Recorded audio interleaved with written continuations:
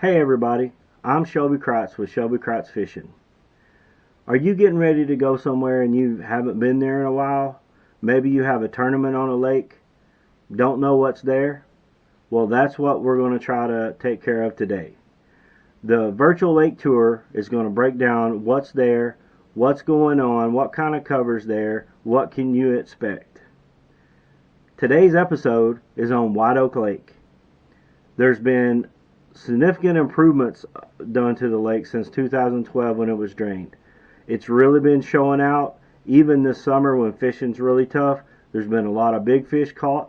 I've caught a couple over 8 already this year, and there's even been some double digits. So stick around with me. Please like and share at the end of this video if you like it, and let's get after it.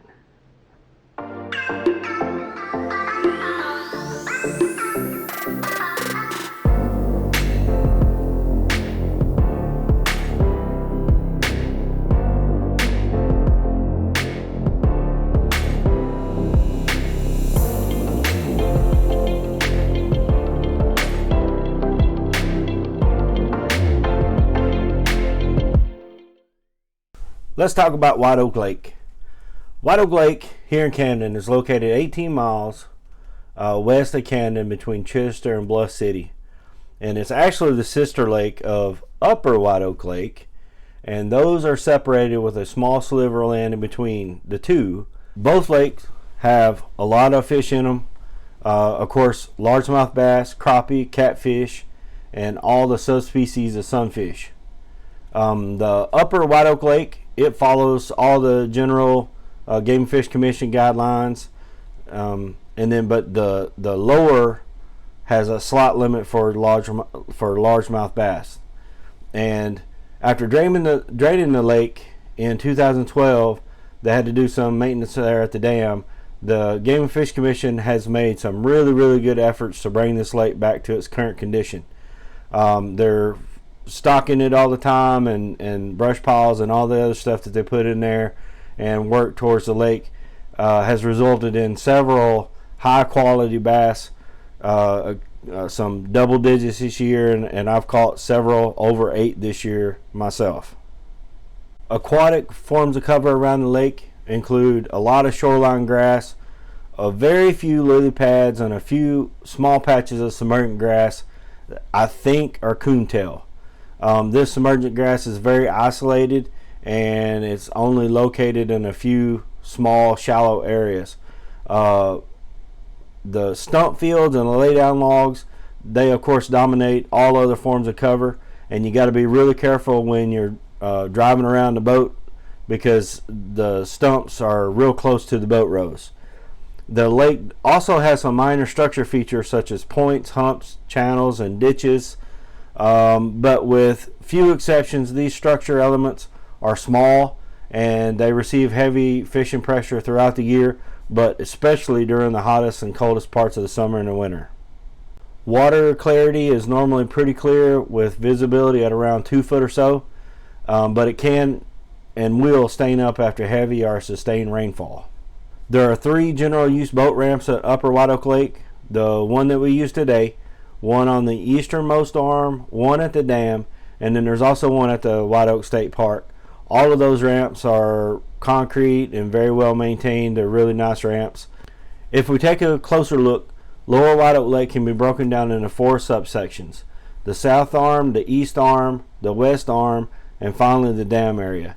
Each of these main arms have creek channels, but the creek channels that wind through their respective arms, they don't really offer much depth change, and I think they must have been really small creeks before they dammed it up, so they're really deep, and they're not very, the creek channel themselves aren't very deep, so they really don't seem to offer too much of the fishing potential as far as a creek channel goes. It's overwhelmed by the depth of the water that they're in. The south arm includes the ramp we use today, and it has the most significant group of cypress trees in the lake. There are other isolated cypress trees along some of the other bank lines, but they're all generally shallow with depths of 3 foot or less. The trees on this southern arm are the only living cypress trees with good depth, like 6, 7, 8 foot. The whole tree area, this whole tree area down here seems to be have a soft mucky bottom, and I've never really, I've never wrecked them here, but it does offer a good fish sometimes. Moving closer to the dam, there are several offshore humps that can hold fish if the timing is right. If you continue even more, there's 2 points coming off both the east and the west banks. They both offer good shallow water fishing on the prior to on each side of them.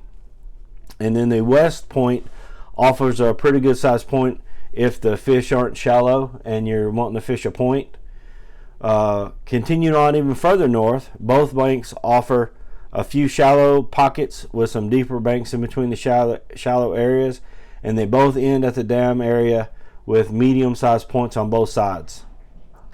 And finally, I wanted to mention that this arm also has several bigger floating treetops that can hold some fish. The east arm has another boat ramp in the back, and until recently had a bridge that was passable by boat. It was pulled out and replaced by culverts. I don't know if this is a permanent thing or if they'll be doing something in the future to restore access back into that backwater area. If we continue moving on towards the dam along the north bank, this arm has a pair of shallow water drains up there to the top and a good secondary point that's marked with a brush pile. It's got a game and fish marked brush pile there, and that can be a good point when the wind blows on it. Continuing on the north bank, it has a good mixture of shallow drains and deeper water. The south bank offers the largest portion of docks on the lake. They're all fairly shallow, but you can catch a fish under there sometimes. In the back of the west arm is White Oak State Park. All Arkansas state parks seem to be nice, and this one, is no exception. This arm is somewhat more shallow than the other arms and has the most significant creek channel. The biggest part about this arm is the small cut that's jutting to the north. This is the area that has the submergent grass, and it also has a nice little channel winding through the middle of it. In addition to this cut, this arm also features a more prominent channel, the creek channel itself in the arm. It winds its way through there, and it's a pretty good channel, and it continues on all the way up through to the north side of the island as it heads toward the dam. Finally, the dam area has the deepest water in the lake. It has good riprap wall that can hold fish at certain times of year, and the island is interesting in that its depth is variable as you go around it. The west side is generally more shallow with a sloping kind of bottom, and the west side has more of a drop off. Hey guys, welcome back. Thanks for joining me. Hopefully you'll find that information useful to you in some way. Get out there and catch a big one. If you like this video, please like, comment, share, subscribe, do all that stuff on social media. As I told you before, I'm completely new to this, so every process that goes through to make one of these videos, I'm having to figure out from scratch. So any comments or suggestions that you may have are really, really appreciated. So send them in. Again, like, share, subscribe. I'll see you next time.